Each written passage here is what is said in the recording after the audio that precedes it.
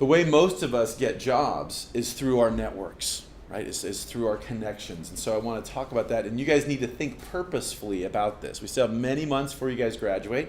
You guys are working on your outward-facing websites and all this and that. So let's talk a little bit about relationships. Networking is super important. So these are some pictures from me. I just got back from this meeting, the Western Society of Naturalists meeting. And it's our 100th anniversary of our society. And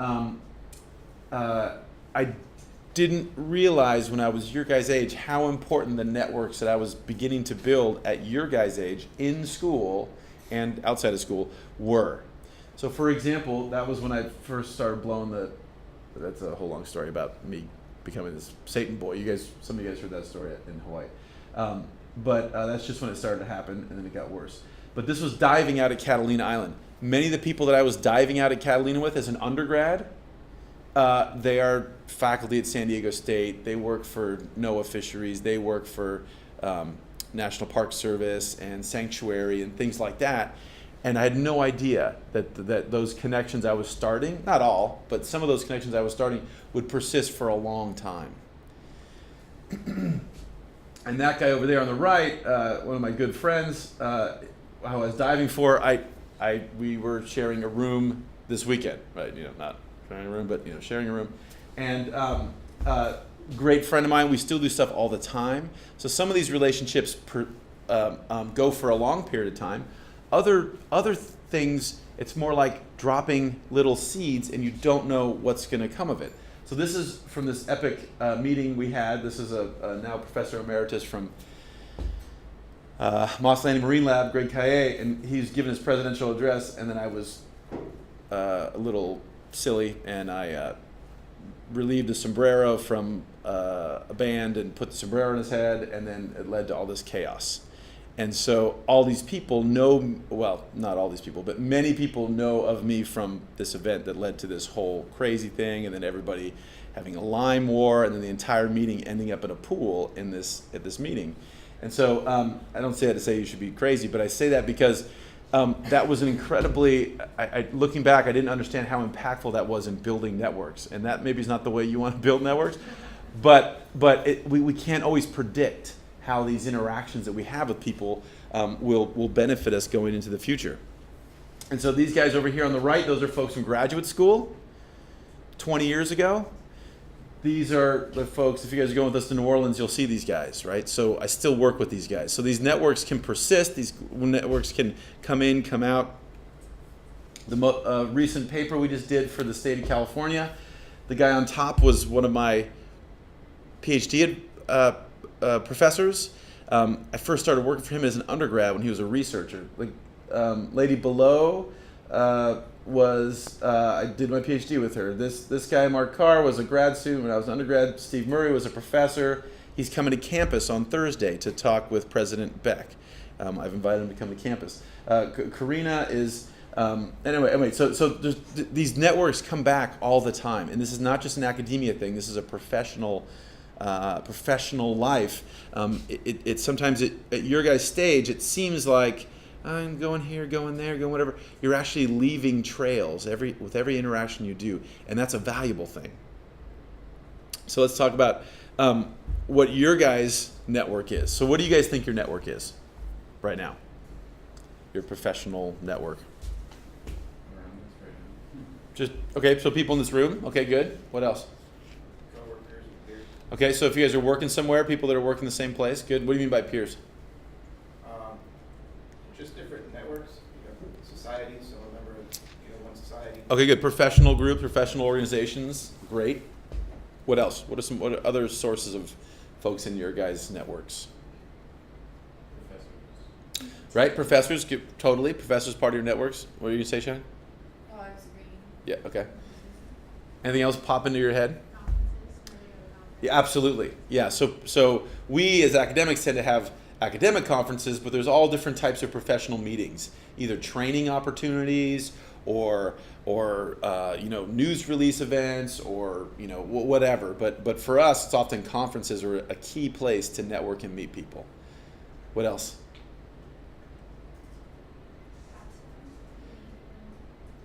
Sure, doing your research, absolutely. So the folks that you guys are encountering, maybe getting even to the point of getting permits from them. Maybe you're not working with them every day, but you're establishing some kind of relationship.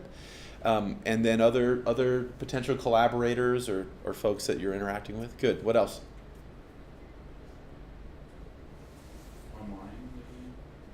Yeah, absolutely. In today's day and age, absolutely. So your social media networks, your whatever Facebook friends or groups that you're associated with, absolutely.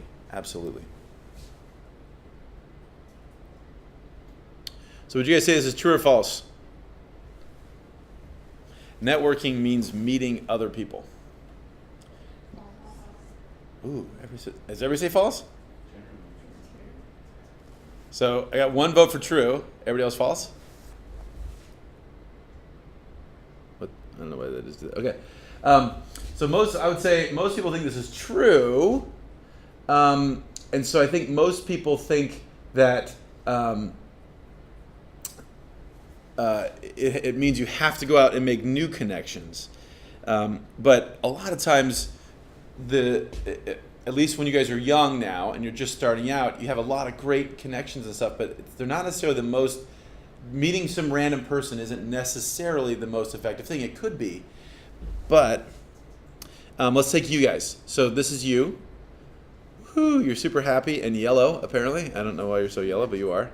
And so I think generally this is how we think about networking. I think we think of networking as meeting other people and then like they'll have a job or whatever. It's really more like this.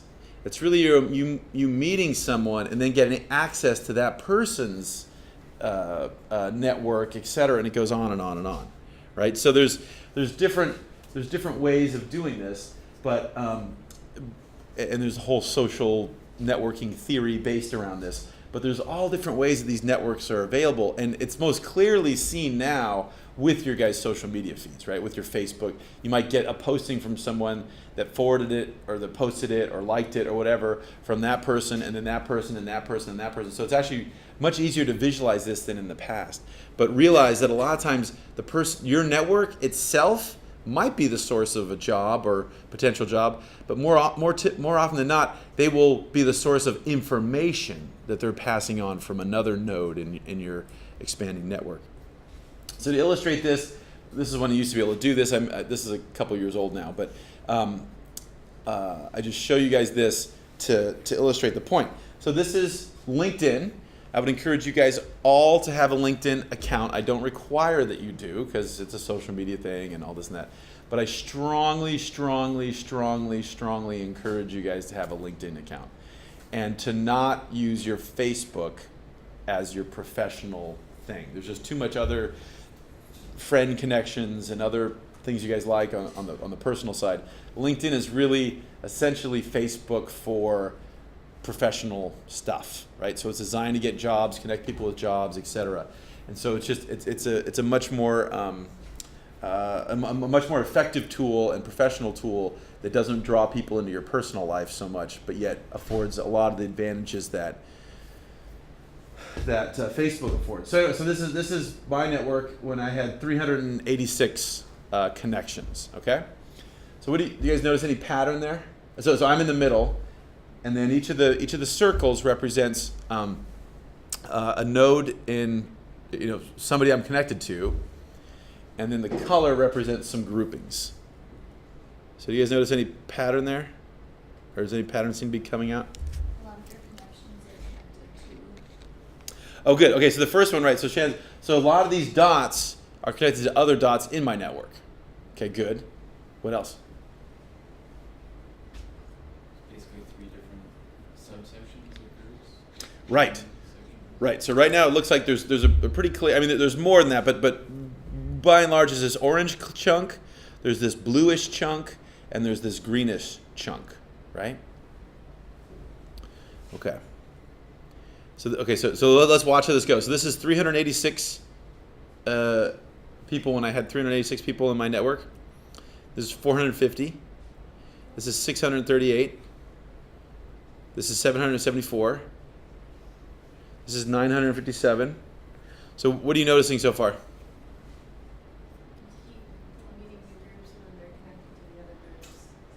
right? So Working towards the, Oh. everybody's connected on the right side of Oh, the screen. okay, so as the groups are growing, it's starting to become clouded with all these crossing lines, right? They're making it look as if it's a colored blob, when in reality it's a bunch of lines that are drawn. It just makes it look like it's a contiguous color. So right, that's saying these groups, people tend to know each other in these groups, right? Okay, so it doesn't matter what they are right now, but the magenta, the pink ones, a lot of those people seem to know other people in that group, right? In the dark blue, a lot of people seem to know them, etc. The green, maybe not so much, and the dark purple, this one, maybe not so much, but a little bit of it. But what's up with this orange thing? What's that? It's very different, right? It's totally not. It's off on its own planet compared to the other ones. Any guesses as to what that is? Different part of the country. Okay, different part of the country. That's one guess. What else? Maybe more of like personal relationships rather than professional. So there are a few friends, I guess, in my LinkedIn group, but primarily these are all people I would encounter as a professor. So they're not sort of neighbors.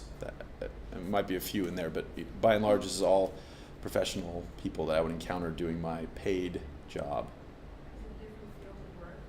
Different field of work, kind of. Students, not students. Good guess, but not students.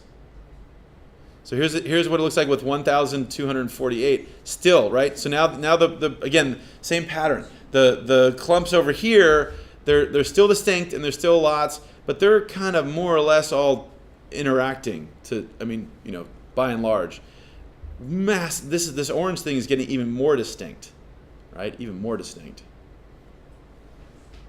Sorry. So there's the answer. This is what it looked like at 2,056. So here's the answer. So the orange is CSUCI. The orange are the other, primarily professors. There's some students in there too, but it's primarily professors. So what are the other categories? So blue are people that work in the coastal and marine management or coastal marine science in California. The green are people that do conservation, mostly terrestrial in Southern California. What else? This is coastal marine management and science for people that are outside of California. So here's California, outside of California. So Washington, D.C., New York, Caribbean, whatever. This is people that are doing this international conservation, not necessarily related to coastal and marine management. This is Washington. These are my Washington, D.C. connections, the dark color. And then there's some Turkish colleagues scattered around there, right?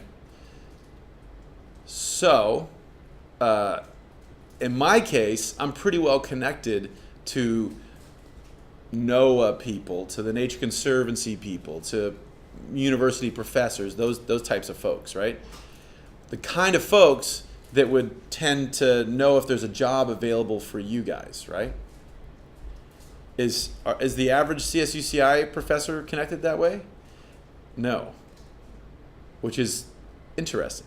So again, what that's saying is there's some nodes of folks that are really well connected and others aren't. What you want to do is you want to ideally find those nodes for your networking that are the folks that do have these connections to groups that are other than yours, because that's going to bring in way more potential information. Now, that's almost impossible to know at this stage, right? Because you don't know. If you don't know, how do you know what you're supposed to know, right? That kind of thing. But it just makes the point that you should go out of your typical comfort zone, right? You should go out of your typical just talking to me, just talking to Dr. Rodriguez, just talking to Dr. whoever the heck, right? And really do try to grow your network. What's of interest to you? Look at some of those, in the case of social media, look at some of those groups that are doing stuff and start following some of those people and really work at it. Don't just simply use me, don't just simply use CSUCI as the main source, right? Go beyond that. And this is what it looks like a couple years ago. Yeah, okay. Unfortunately, this service, they turned off on LinkedIn because they want to start making money. So I can't show you my current network, but I suspect it's pretty similar to this. It's about 3,000 people now. Okay. Pointillism. Anybody remember what pointillism is? Nobody took art history? My God.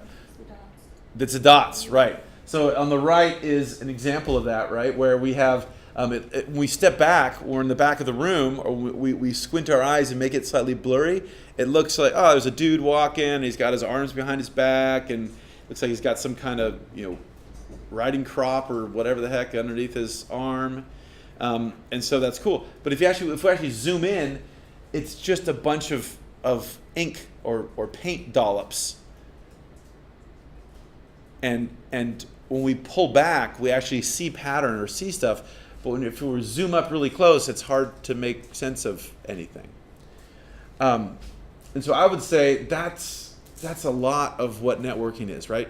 Again, we're making connections. We don't see the big picture until we can pull back at the larger scale. So there's lots of different things that help us add different points onto our meeting people. So in some cases, it's kissing butt, right? And I wouldn't recommend that as a main source, but sometimes it happens, right? You're trying to be cool with someone, you want to be get a job, and so there's a place for that. There's a time and place for that. Rainmaking, where you just sort of make it rain by will, right? Just kind of like always have a lot of energy, always go into places, always trying to, hey, can I help you? Can I do this? Can I make the opportunities more likely to find me? Some cases it's talking to the good old boys. So good old boy networks, we usually talk about derisively, and we don't like them, because what they mean is folks from a certain group that have historic connections. They're the ones that get the jobs. They're the ones that get the benefit, right? I'm just going to tell you, that's the way of that's a human thing, right? So however you want to phrase it, there are existing power structures and existing networks, right? And so one approach is to somehow get into that network, right? I'm not saying to be weird and go play golf or something if you don't play golf, but the point is these exist, these are real, right?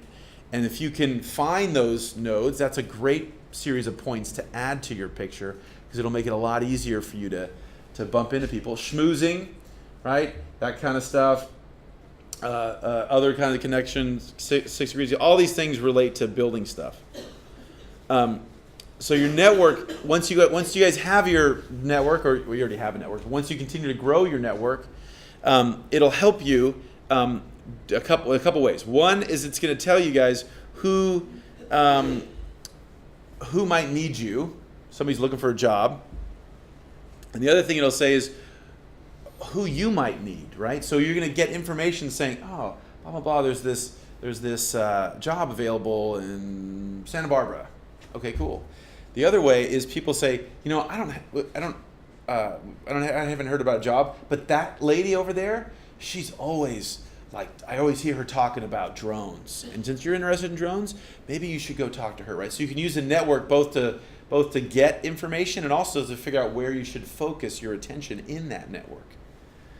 And so mostly what we're talking about for you guys right now in your career is how do you guys find out about new job leads, right? And that's where you want to use your network. You don't want to start your network the day after you graduate, right? If you guys already have networks, but want to start deepening them and broadening them right now, so that 6 months from now, you can bear some of the fruit of that. You can take some of the fruit of that labor. Also, when you start to get into doing the job, oh my God, I've never done one of these applications. How the heck do you do this? You can turn to your network. Hey, has anybody applied for a National Park Service job? Their CV is, their resume is really bizarre. Can you guys show me what your resume, that kind of stuff, on a very practical approach or on a more subtle approach. So I'm going for this interview with this consulting firm. Do you guys know, are they more formal? Do they tend to be more relaxed? That kind of stuff. So we can draw on that network for a whole variety of information. and then again, always continuing to grow your network. And I would say, especially for our field, that we try to oftentimes do so many things. We need to understand maybe the policy world. Maybe you need to understand the new science technique that's coming up, or monitoring technique or whatever. The more diverse network, the more beneficial for you guys on average. If we were, say, I don't know, a very specific, hyper-focused discipline. If we were, theoretical physicists that study, subatomic particles or something, maybe a huge broad network wouldn't be as useful for a career. For you guys, because the nature of our work is oftentimes so interdisciplinary, so broad, and we draw upon multiple sectors, that's another thing that you guys can use your network for, is constantly staying fresh, or constantly, or being more likely to stay on top of new things that are coming on. Okay, so who are you gonna go target in this, in addition to just the people in your groups? I would say your sometimes competitors. So maybe other universities, maybe people at other universities. So you guys are getting ready to graduate, and sometimes you're like, oh my God, these guys from this place, they got all these resources. Now, it's sometimes good to have those competitors in your network. You can learn things about, again, where people are going, what's the hot new field, or what have you. And I would stress both people that think like you, that are interested in your topic, and have people in your network that are different from you. Have people so if you guys are all about drones, have somebody that works on human dimensions, public polling.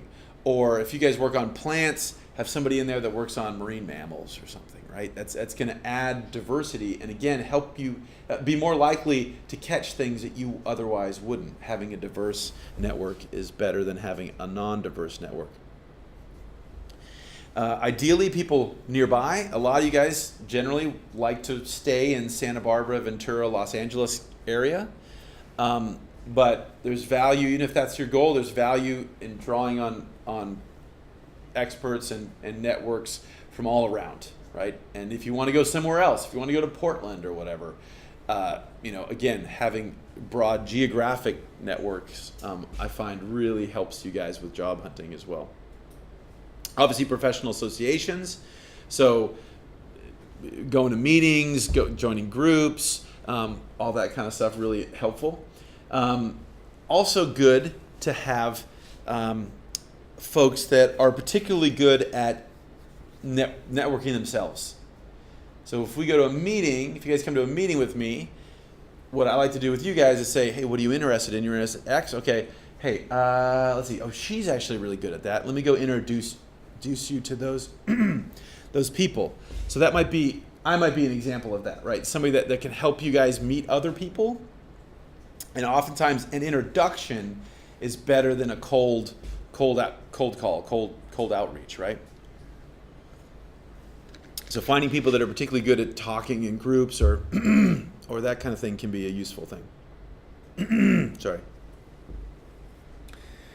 This is sort of related to the diversity, but basically complementary stuff. So if you guys are doing policy, might be nice to also have some science folks on there, some monitoring folks. Or if you guys are doing field science, might be nice to have some data scientists in there with you that might help with your stuff. If you're doing GIS stuff, it might be nice to know some archaeologists or other field people, that kind of thing. Advocacy groups. Advocacy groups definitely, right? Not that you have to join an advocacy group, but they oftentimes have their finger on the pulse as well. And then obviously government agencies. Elected officials can be useful. For you guys, that's hard. I understand you guys don't know a lot of elected officials, but those folks tend to have a lot of, again, separate feeds of information than a lot of other people do. And then just your guys' regular stuff, the people you bump into in the store. Probably not going to be super valuable, but you never know. And so those types of things, go to Thanksgiving and you're talking about something over Thanksgiving dinner, and someone mentions, oh, my daughter does this, and blah, blah, blah, and hey, maybe you have a connection with that person. When you are meeting people, it's really important for you to be positive, right? So always a little bit of a smile, always good energy, right? Don't, even if you're super tired, even if you're totally dead, force yourself to smile, sit up straight, good posture. Hey, how's it going, right? All that stuff we talk about in our 30-second elevator talks. The reason I want you guys to practice your elevator pitch is not so you sound like a recording, it's so that you can say it off the top of your head, you're not stumbling. But also, it's important that it should not sound like a synthetic something, right? It has to be in your voice. It has to be in how you guys are used to communicating and talking. So we don't want to do a sales pitch. Again, no, if you're going to go talk to someone, hey, why am I talking to this one? Hey, just want to say hi. And I know that you work on X, I work on Y, da-da-da-da-da. Or, hey, I'm just wondering if you, at your firm, if you guys might be hiring at all. Hey, I'm wondering if you might have any openings for graduate school in the next couple years. That kind of stuff. So go with a clear point or clear objective. Really important. When you're starting out, especially, you want to listen to the other person, right? You want to be able to articulate, say, hey, who you are, and this and that, but don't blab. I find that it's a fairly common issue where you guys meet someone and you just start talking and talking and talking and talking, and a little bit of that's good, but you want to hear from the other folks, right? You're trying to pull them into your network. You're trying to figure out where they're coming from, and so try to work on being more of a listener than a talker in those initial interactions. I can't stress how important this is, good manners. I can't stress how important this is because every year it gets more and more important because fewer and fewer people seem to have what we would consider good manners, right? Thank people. Look them in the eyeball when you're talking to them. When you're done, shake their hand. Thanks so much. Love to chat with you next week or blah, blah, blah. Thank them. That includes you being a source of help for them too. Hey, let me know. I got this cool method to do microplastics and all this great stuff. Hey, and so if you ever happy to show you how I've been doing that, if it's ever might be of use or of interest or whatever, right? So you want to bring worth too. I understand you guys are young and you're just sort of starting to come up, but as much as you can, it's a good idea to offer something as well. With the thank people, I thought I had this on another bullet, but also really important, not just for initial networking, but once you guys start to get to more formal things, doing stuff with people, send a thank you. Write that down. Send a thank you. Ideally, a handwritten thank you letter. At a minimum, an email. But ideally, a handwritten thank you note. Nobody does this anymore. And it leaves a very positive impression. Even if they're not going to hire you, even if you blew the interview, whatever, you end on a positive note, right? And nobody writes. So unless you're totally illegible handwriting, that might be one of the caveats. But if you have horrible handwriting, you have your friend write it or something. But right, so you're going to stick out.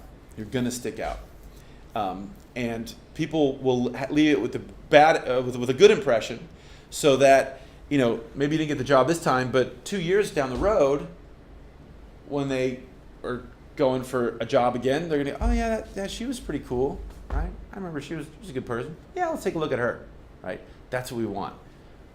Don't ever burn bridges if you can avoid it. And then, like I said, practice. That just needs to come with time. Okay, so when it comes to actually going to things, for example, everybody here next semester will go to our SAGE symposium, but other meetings, other formal, informal meetings, whenever you guys are doing that, you want to arrive early. If the thing says 7 o'clock, you get there at 6:30, right? If you're like me, everything in the world is going to go wrong. And you're going to get a flat tire, and you're going to run out of gas, and there's going to be 17 texts that, oh my God, you didn't do this, and do this beforehand. So plan for that. Factor that in. Factor the no parking space and the whatever the situation is.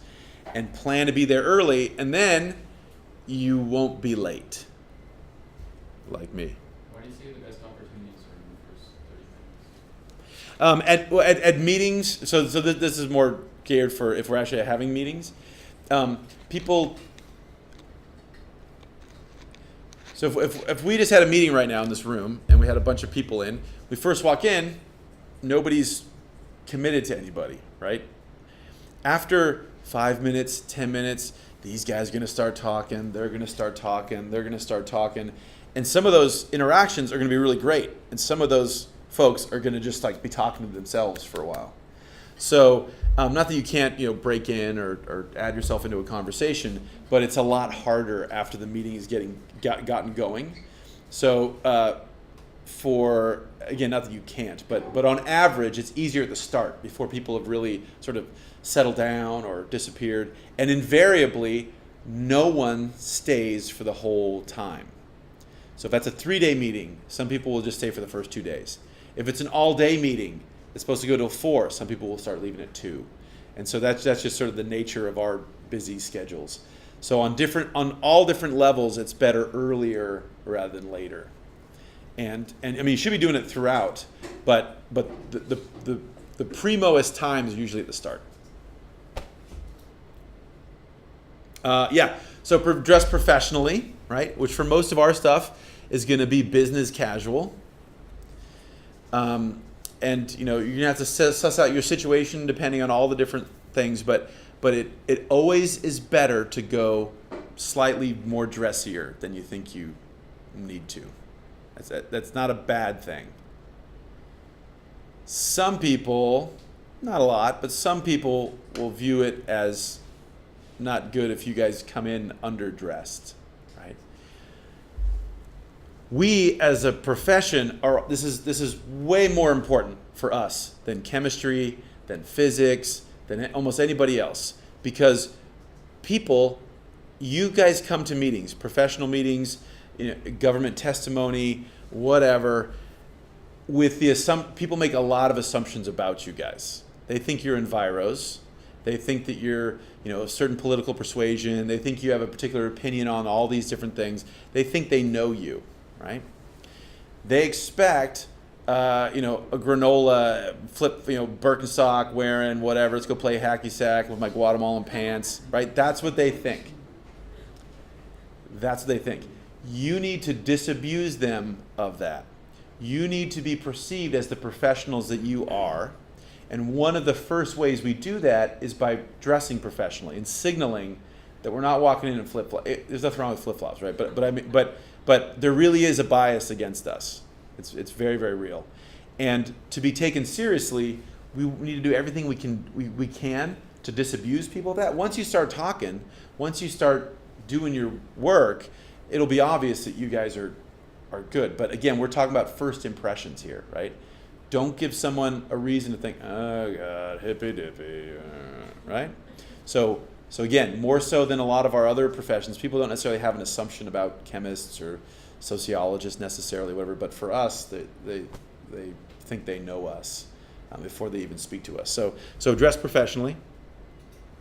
So in some situations, some meeting situations. So we just had this meeting at the our what we call our Attitude Adjustment Hour at the Monterey Bay Aquarium, and as it was very expensive. Just to have our group there for one evening was $50,000. Yeah. Merry Christmas. It was a big group, but still, it was like probably 800 people showed up, but still, that's a lot of money. So in that case, no host bars. Usually when we have these things, we have everybody gets a couple drink tickets, and then if people want more, they can buy more. But this was way too expensive. So in those kind of situations, at a wedding, you bump into somebody at a wedding, and oh my God, they sound really interesting. Maybe they know someone. Go buy them a drink, right? I'm not saying get somebody alcohol. I'm not trying to encourage people to do that. Maybe it's a soda. Maybe it's a coffee, right? But the idea is, you guys go and you guys be, magnanimous as much as you can. Another challenge in these situations where we're trying to network, especially in a meeting context or a large group context, is sometimes, not to be mean, but sometimes we get people that aren't maybe the best nodes to be adding to our network, right? And so it can be easy sometimes when you get stuck with someone. And it might be great, and maybe they're going to be a node for you, cool, but there's all these other people you want to meet, and they want to just keep talking and talking and talking and talking. So when you guys do this networking, you should really be thinking about managing your time. Again, this is in the context of a professional meeting, something like that. Your goal is to meet several people, not to meet one person. Yeah, good to know how to have some excuses to not get stuck, and there's various techniques for that.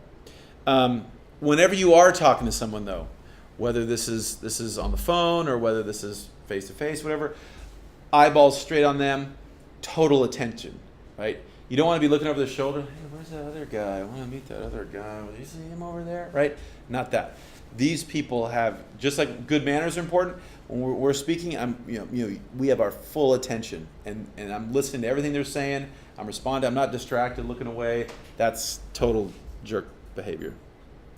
Another great thing is stand by where people will be attracted, wherever people are going to be attracted to, and typically that's going to be by the alcohol or the food.